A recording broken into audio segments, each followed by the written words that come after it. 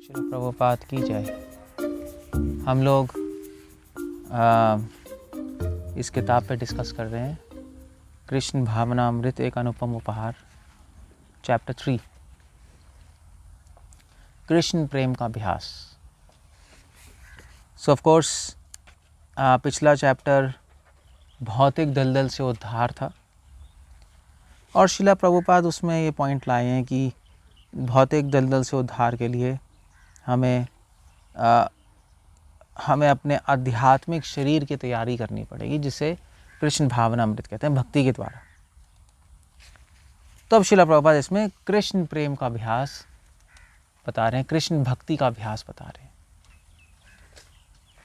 I don't know, I think so, मुझे लगता है कि इंग्लिश में इसका नाम क्या है, इस चैप्टर का नाम इंग्लिश में इस चैप्टर का नाम है, let's see, learning to love, भगवान से प्रेम करना सीखना, ये बता रहे हैं। ओके, अब इस चैप्टर की शुरुआत श्रील प्रभुपाद बड़े अजीब से स्टेटमेंट से कर रहे हैं, एक प्रपोजल से। अब प्रपोजल ये है कि पाप कर्मों के कलमश के अनुताप में ही प्रायश्चित करना आवश्यक है। प्रभुपाद प्रायश्चित का कॉन्सेप्ट ला रहे हैं कि भाई जितने पाप कर्म किए हैं उतनी मात्रा में आपको प्रायश्चित करना पड़ेगा, वरना पाप कर्म खत्म नहीं होंगे। और पाप कर्म खत्म क्यों करने, श्रील प्रभुपाद बता रहे हैं, इसके बाद बता रहे हैं कि प्रकृति के नियम इतने अत्यंत सूक्ष्म है कि चाहे लोग जाने या इसे ना जाने, पापों का फल भोगना ही पड़ता है नहीं। ये पॉइंट इस पूरे बुक फिर इस चैप्टर में डेवलप कर रहे हैं। जैसे उदाहरण के लिए श्रील प्रभुपाद कह रहे हैं पशु हत्या का प्रभुपाद एग्जांपल ले रहे हैं, मोस्ट फेमस एग्जांपल। प्रभुपाद ने जनरली एनिमल स्लॉटर के बारे में बहुत बात की है, क्योंकि पाश्चात्य देश में तो पाश्चात्य देश में लोग पशुओं, ये समझते हैं पशुओं की आत्मा नहीं होती, उनकी फिलॉसफी के सिद्धांत के हिसाब से। तो इसलिए वो लोग पशुओं को काट के खाते रहते हैं। तो प्रभुपाद कह रहे हैं जैसे पशुओं को तुम मार रहे हो, अब तुम्हें चाहे पता नहीं पता है, तुम्हें इससे पाप ज़रूर लगेगा और भुगतना पड़ेगा। इसलिए प्रभुपाद एग्जाम्पल भी दे रहे हैं आगे जाकर कि कई बार राजा लोग अगर किसी को हत्या करे तो राजा फिर उसको फांसी पे चढ़ाता है। मृत्यु का बदला मृत्यु। श्रील प्रभुपाद एक कोट कर रहे हैं यहाँ पर, लाइफ फॉर लाइफ। ये तो इस संसार में भी चलता है, खून का बदला खून, तो खून के बदले खून। तो मृत्यु, अगर राजा उसको मृत्यु देता है तो उस पर कृपा कर रहा है कि अगले जन्म में उसको भुगतना ना पड़े वो पाप। तो ये श्रील प्रभुपाद ला रहे हैं टॉपिक।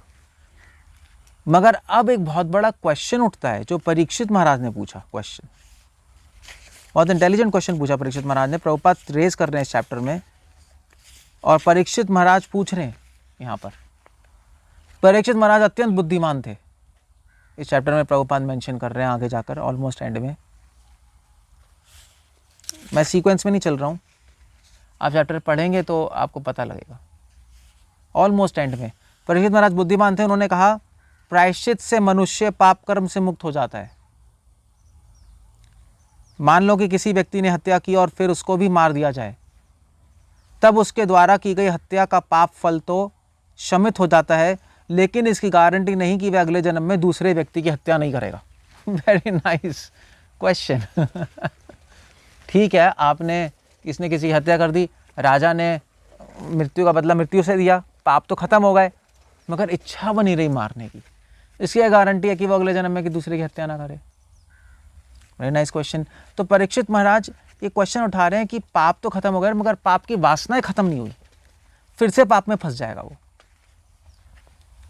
इसलिए श्रील प्रभुपाद ने अब यहाँ पे प्रभुपाद इसका आंसर कर रहे हैं इसके चैप्टर में पहले ही। प्रभुपाद इसी पॉपट के पिछले वाले पॉपट में, इसी के पहले प्रभुपाद लिख रहे हैं कि ऐसा क्यों होता है कि कि व्यक्ति की पाप वासना बनी रहती है, पाप खत्म हो गए पाप वासना बनी रहती है नहीं? ऐसा क्यों है? पाप खत्म हो गए तो वासना भी खत्म हो जानी चाहिए।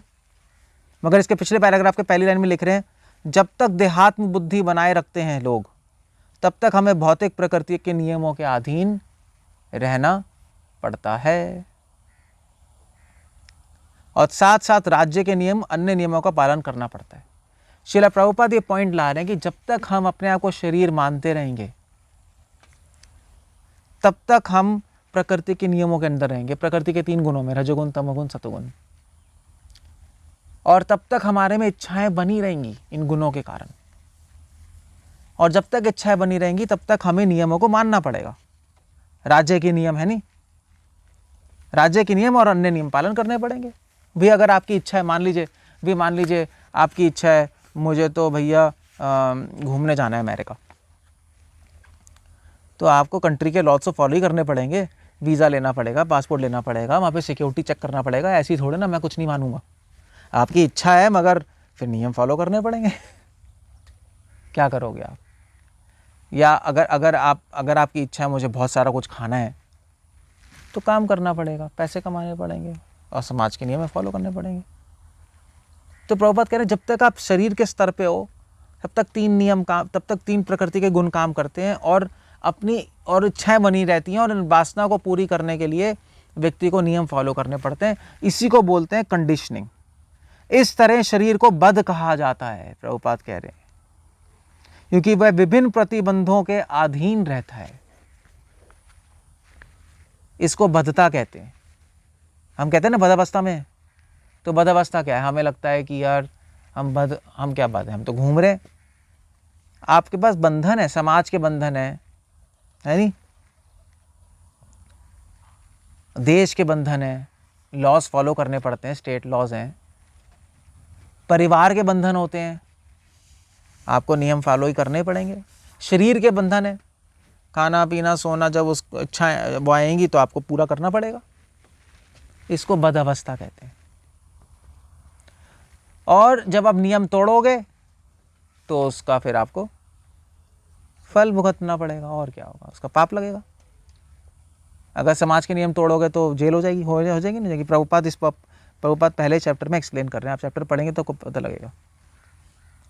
तो आपको जेल में डाल देंगे अगर आप समाज के नियम तोड़ोगे। अगर आप शरीर के नियम तोड़ोगे, सोओगे नहीं सही से, उठोगे नहीं, तो क्या होगा? बीमार हो जाओगे। तो और इसलिए प्रभुपाद कह रहे हैं मगर कुछ ऐसे नियम हैं जो आपको दिखाई नहीं दे रहे, प्रकृति के नियम। प्रभुपाद चैप्टर में पहले लिख रहे हैं प्रकृति के नियम इतने सूक्ष्म है कि हमें पता नहीं लगता। प्रभुपाद लिख रहे हैं यहाँ पर शुरू में ही, चैप्टर के शुरू में 2nd पैराग्राफ में लिख रहे हैं, प्रकृति के नियम अत्यंत सूक्ष्म होते हैं और बड़ी ही, ये पता नहीं क्या लिखा है, अध्यवर न्यायपूर्ण विधि से लागू किए जाते हैं, चाहे लोग इसे जाने ना जाने। नहीं, प्रकृति के नियम बड़े सूक्ष्म होते हैं और लोगों को दिखाई नहीं देते मगर काम कर रहे होते हैं। तो जिस तरह समाज के नियम तोड़ने से, स्टेट के नियम तोड़ने से जेल होती है, फल आता है, रिएक्शन आता है, उसी प्रकार प्रकृति के नियम तोड़ने से भी आपको फल आएगा, पाप लगेगा। उसको पाप कहते हैं। प्रभुपाद एक्सप्लेन कर रहे हैं प्रॉपर्ट में। पाप ये होता है, तो आप किसी जानवर को मारोगे तो अगले जन्म में वो आपको मारेगा, फल तो आएगा, वो पाप लग जाएगा आपको। तो कुछ फल तो हमें दिखाई देते हैं, कुछ नियम दिखाई दे रहे हैं, उसको तोड़ोगे इमीडिएट रिएक्शन आएगा। कुछ नियम दिखाई नहीं दे रहे, उसको तोड़ोगे तो बाद में फल आएगा, है नहीं, वो पाप आएगा। तो प्रभुपाद कह रहे हैं कि ये बद्धावस्था है, शरीर के स्तर पर ऐसे चलता है। अब श्रील प्रभुपाद एक पॉइंट उठा रहे हैं यहाँ पर। अब श्रील प्रभुपाद उठा रहे हैं पॉइंट कि इस सारे प्रोसेस में पाप वासना खत्म नहीं हुई है। नहीं, पाप परीक्षित महाराज ने वही तो क्वेश्चन पूछा, ठीक है यार आपने समाज के नियम तोड़े, स्टेट के नियम तोड़े, आपको जेल हो गई, सज़ा मिल गई, आपके पाप आपका ख़त्म हो गया, जब तो रिलीज़ कर दिया आपको, मगर फिर से चोरी करेगा वो। पाप वासना तो ख़त्म नहीं हुई। या आपने किसी जानवर को मारा, ये परीक्षित महाराज से कह रहे हैं, आपने किसी की हत्या की तो आपको जेल हो गई, ठीक है, मगर आगे बाहर आके कोई हत्या नहीं करो, उसको आपको क्या पता। तो वासना ख़त्म नहीं होती, दैट्स द होल पॉइंट। और श्रील प्रभुपाद ये पॉइंट ला रहे हैं कि वासना ख़त्म करने का एक ही तरीका है, कृष्ण भावना भावित भक्ति, आखिरी स्टेटमेंट इस चैप्टर का। आप देखो, पढ़ो आखिरी स्टेटमेंट, कृष्ण भावना भावित की प्रक्रिया किसी प्रकार के प्रायश्चित की संस्तुति नहीं करती। भक्ति में हमें कोई प्रायश्चित नहीं करना पड़ता। क्यों? कोई कितना ही प्रायश्चित करके देख ले, यदि वह प्रेम पूर्वक भक्ति करने तथा अपने जीवन को शुद्ध करने के पद तक नहीं उठाता, तब उसके आत्मा के रोग बने ही रहते हैं। आत्मा के रोग मतलब पाप की वासनाएं बनी रहती हैं। जब तक आप भक्ति नहीं कर लो, पाप की वासनाएं बनी रहेंगी। आप चाहे कितना ही प्रायश्चित कर लो, पाप खत्म करते रहोगे, दोबारा करते रहोगे। यही है ना, पाप करो, गंगा जी में स्नान करो, खत्म हो गए, दोबारा पाप करो, दोबारा गंगा जी में स्नान, वही है बस। पाप वासना खत्म कर दोगे, जड़ से खत्म हो गई वासना, पाप करने का स्कोप ही नहीं बचा। मन ही नहीं कर रहा किसी को मारने का, तो क्यों मारूंगा, पाप क्यों होगा, है नहीं? तो वो भक्ति से हो जाएगा। श्रील प्रभुपाद कह रहे हैं भक्ति से क्या होगा? भक्ति करने से धीरे धीरे हम लोग सारी पाप वासनाओं से मुक्त हो जाएंगे। भी अगर हम तो भी हमारा समाज, हमारा स्टेट के नियम तोड़ने का मन ही नहीं करेगा, है नहीं? मन ही नहीं करेगा। हाँ भाई, जब नियम में फॉलो करने कर लो, वो वासनाएं खत्म हो जाएंगी कृष्ण भक्ति करने से। श्रील प्रभुपाद यहाँ पे इस तरह से एक्सप्लेन कर रहे हैं क्यों खत्म हो जाएंगी वासनाएं खत्म कृष्ण भक्ति करने से। क्वेश्चन आता है, अब क्यों खत्म होगी वासनाएं खत्म भक्ति करने से? वो भी श्रील प्रभुपाद एक्सप्लेन कर रहे हैं यहाँ पे। ये तो इसी के पिछले पैराग्राफ के पिछले पैराग्राफ में मैं पढ़ रहा हूँ वहाँ से। आई थिंक इस सारे बुक के पेज नंबर एक ही होते हैं। हाँ, 46 पेज कृष्ण भावनामृत एक अनुपम उपहार, ये 46 पेज ही है। और इसमें श्रील प्रभुपाद लिख रहे हैं, किंतु बीच में पैराग्राफ में, दूसरे पैराग्राफ के बीच में, किंतु यदि हम अपने आप को प्रकृति के 3 गुणों के से विलग कर लें तो हमारा वास्तविक आध्यात्मिक स्वभाव जागृत हो जाता है। यही कृष्ण भावनामृत की विधि है। सिंपल। यदि कोई कृष्ण भावना भावित है तो उसे प्रकृति के 3 गुणों के संसर्ग में आने का अवसर ही नहीं मिलता। देख रहे हो, जब तक हम माया के साथ रहेंगे 3 गुणों के साथ, तब तक हमारे में वासनाएं आती रहेंगी। समझ रहे हो? क्लियर हो रहा है नहीं हो रहा है? वासनाएं क्यों आ रही हैं? क्योंकि हम शरीर के स्तर पे हैं। शरीर के स्तर पे प्रतिकृति माया काम करती है और माया की ऐसे वासना आती रहती है। आप 3 गुणों से ऊपर उठ गए, माया से ऊपर उठ गए, शरीर से ऊपर उठ गए, आपने जान लिया मैं आत्मा हूं, आपने जान लिया आत्मा कृष्ण की दास है भक्ति से, तो क्या होगा? तो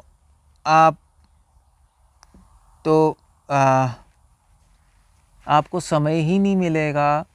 आप में जब वासना ही नहीं आएंगी, आप आत्मा के स्तर पे आ गए, माया काम ही नहीं कर रही कृष्ण भावनामृत, जब आप हो जाओगे 3 गुणों के ऊपर जाके, वासना नहीं आएगी, काम खत्म हो गया। क्योंकि आप अब आत्मा के शरीर पे आ गए। भक्ति करने से व्यक्ति शरीर के स्तर से ऊपर उठ के आत्मा के शरीर पे आ जाता है, तो उसमें वासनाएं नहीं आती। क्लियर हो गया? और कृष्ण के प्रति सचेत रहता है तो उसका आध्यात्मिक स्वभाव स्वाभाविक जागृत हो जाता है। यही रहस्य है कृष्ण भावना भावित भक्ति का। तो भगवान की भक्ति करने से धीरे धीरे व्यक्ति शरीर के स्तर से ऊपर उठ जाता है। क्यों? क्योंकि उसको समझ आने लगता है मैं आत्मा हूँ। भगवान कृष्ण के जुड़ने से, जैसे प्रभुपाद एग्जाम्पल दे रहे हैं कि सूरज में आने से अंधेरा अपने आप खत्म हो जाता है, तो कृष्ण के जुड़ने से अपने आप व्यक्ति आत्मा के ऊपर 3 गुणों के परे चला जाएगा। जैसे आत्मा के स्तर पे आ जाएगा, सारी वासनाएं खत्म, क्योंकि वो संतुष्ट हो जाएगा। क्यों संतुष्ट हो जाएगा? क्यों संतुष्ट हो जाएगा? वो भाई वासनाएं तब तक बनी रहेंगी ना जब तक हम संतुष्ट नहीं है, तब तक ढूंढते रहेंगे, ये करें वो करें वो करें वो करें वो करें। और फिर जब संतुष्ट नहीं होते तो फिर खुराफाती काम करने का मन भी करता है। संतुष्ट हो गए तो काम खत्म। तो भक्ति करते करते कृष्ण से जुड़ने से हम, अब भगवान की गीता पढ़ने से हमें समझ आ जाएगा हम आत्मा है। जब आत्मा समझ आ जाएगा तो हमें समझ आ जाएगा आत्मा का काम क्या है, आत्मा का संबंध क्या है, कृष्ण की दास, कृष्ण की सेवा करना। प्रभुपाद एक्सप्लेन कर रहे हैं इस चैप्टर में। और जब वो सेवा करेगा, भगवान से प्रेम होगा, संबंध होगा, तो पूर्ण संतुष्ट हो जाएगा। फिर उसको इस संसार से कुछ नहीं चाहिए, ना कुछ लेना है ना कुछ देना है, सारी वासनाएं खत्म। प्रभुपाद लिख रहे हैं, मैं बताता हूँ अब यहाँ। ये पेज नंबर है 35 इसी चैप्टर का। शीला प्रभुपाद यहाँ पे लिख रहे हैं, कृष्ण, लास्ट पैराग्राफ में, कृष्ण इस आदान प्रदान को चाहते हैं, तुम मुझसे प्रेम करो और मैं तुम्हें प्रेम करूंगा। काम खत्म हो गया, व्यक्ति संतुष्ट। जब हमें पता लग गया हम आत्मा है, आत्मा भगवान की दास है, तो व्यक्ति भगवान की सेवा करता है कृष्ण की और कृष्ण से प्रेम करता है। कृष्ण कहते हैं तुम मुझसे प्रेम करो, मैं तुम्हें प्रेम करूंगा। ब्यूटीफुल एक्सप्लेनेशन प्रभुपाद की, नहीं? ये प्रभुपाद इसकी मीनिंग लिख रहे हैं, पत्रम पुष्पम फलम त्वमेव भक्त्या प्रयच्छति तदम भक्ति उपरतम आशनामि प्रयात आत्मना। तुम मुझे भक्ति से दो, तुम मेरी भक्ति करो, मैं तुम्हारी भक्ति करूंगा। काम खत्म। तदम भक्ति उपरतम। तो ये वही कह रहे, तुम मुझे प्रेम करो, मैं तुम्हें प्रेम करूंगा। तो भक्त अपने आप संतुष्ट हो जाता है। जब संतुष्ट हो जाएगा, उसे संसार से ना कुछ चाहिए ना कुछ देना है। काम खत्म, वासना खत्म। वासना खत्म तो प्रायश्चित की जरूरत ही क्या है? आपने पापों की मूल जड़ ही खत्म कर दी। और प्रायश्चित करोगे तो वासना खत्म नहीं होगी, फिर तो बार बार प्रायश्चित करना पड़ेगा। इसलिए श्रील प्रभुपाद यहाँ पे लिख रहे हैं, महत्वपूर्ण बात तो ये है कि हमें सीखने का प्रयत्न करें कि कृष्ण से किस तरह प्रेम किया जाता है। इस चैप्टर का नाम क्या है? कृष्ण प्रेम का अभ्यास। प्रभुपाद कह रहे हैं यहाँ पर 36 पेज नंबर पे, फर्स्ट पैराग्राफ की आखिरी लाइन। महत्वपूर्ण बात तो ये है कि हम ये सीखने का प्रयत्न करें कृष्ण से किस तरह प्रेम किया जाता है। सो सिर्फ ये जानना काफ़ी नहीं है कि भगवान के हम दास हैं, उनसे प्रेम करना है, प्रेम करने से संतुष्ट हो जाएंगे।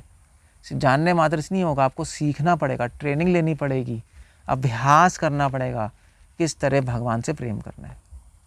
प्रभुपाद जी ने कृष्णा कॉन्शियसनेस को एक साइंस बनाया हुआ। ऐसा नहीं आपको पता लग गया प्रेम हो गया एक दिन में, नहीं, अभ्यास करना पड़ेगा। That's all. ये शिला प्रभुपाद अपने पर्पट्स में लिख रहे हैं। और शिला प्रभुपाद यहाँ पे भी लिख रहे हैं 37 पेज में, पैराग्राफ फर्स्ट में ही, कृष्ण समस्त जीवों से प्रेममय संबंध स्थापित करने के लिए तैयार हैं। भगवान कृष्ण तैयार हैं समस्त जीवों से प्रेममय संबंध स्थापित करने के लिए। तो हम कृष्ण प्रेम, पॉइंट ये प्रभुपाद बता रहे हैं, हम कृष्ण प्रेम का अभ्यास तो कर रहे हैं, मगर भगवान कृष्ण शायद हमसे ज़्यादा चाहते हैं कि हम कृष्ण भावना अमृत बने। शायद नहीं, जाते ही हैं। 37 पेज पे फर्स्ट पैराग्राफ के कुछ शुरू की लाइन में ही, कृष्ण समस्त जीवों से प्रेममय संबंध स्थापित करने के लिए तैयार हैं। So nice. सो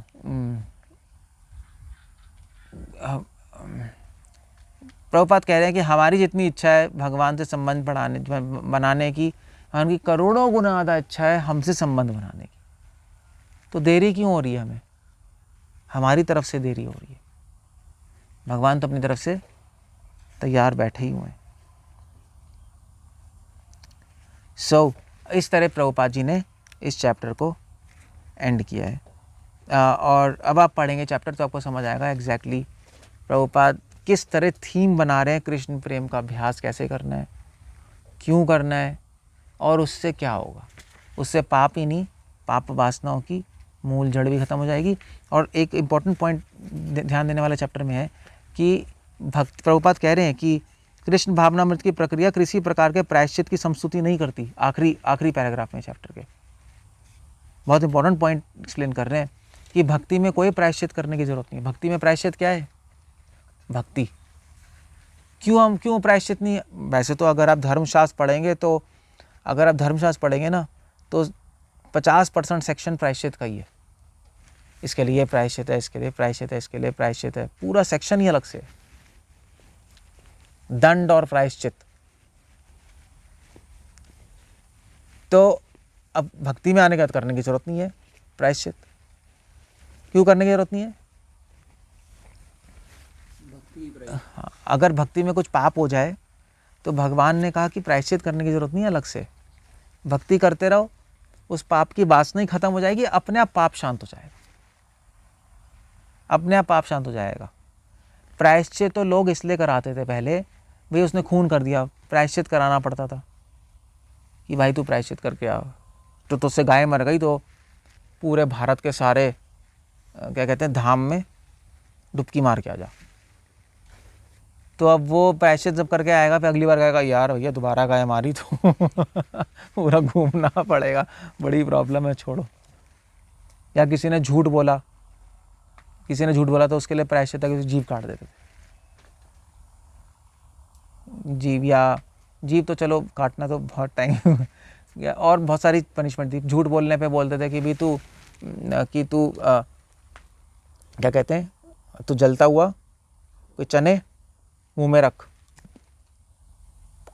के और मुंह बंद कर देते थे या जलता हुआ कोयला, और फिर तो अगली बार झूठ बोलेगा वो उसको ना नहीं याद आ जाएगी, झूठ नहीं बोलेगा। बट झूठ बोलने की इच्छा तो बनी हुई है। अगर आज उसकी जीभ सही हो गई, सब सही हो गया, और बोलेंगे चलो आज से नियम खत्म, कोयला वोयला नहीं डालेंगे, फिर झूठ बोलना शुरू हो जाएगा। परमानेंट सॉल्यूशन नहीं हुआ ना उसका। और भक्ति करने से उसकी झूठ बोलने की प्रवृत्ति खत्म हो गई, काम खत्म हो गया। तो बहुत अच्छा लॉजिक प्रभुपाद इस पूरे चैप्टर में दे रहे हैं, और इसलिए प्रभुपाद कह रहे हैं कृष्ण प्रेम भक्ति का अभ्यास करना हमारे लिए बेटर है। और प्रायश्चित संभव भी नहीं है कलयुग में। ऐसे तो प्रायश्चित है, आप झूठ बोलोगे कोयला डाल देंगे गरम, क्या करोगे हाँ भक्ति छोड़ दोगे और डालेगा कौन, हम लोग डालेंगे। सो प्रैक्टिकल भी नहीं है और फ़ायदा भी नहीं है उसका। इसलिए भक्ति में प्रायश्चित भक्ति होती है और कुछ करने की जरूरत नहीं है अलग से। हरे कृष्णा। श्रील प्रभुपाद की।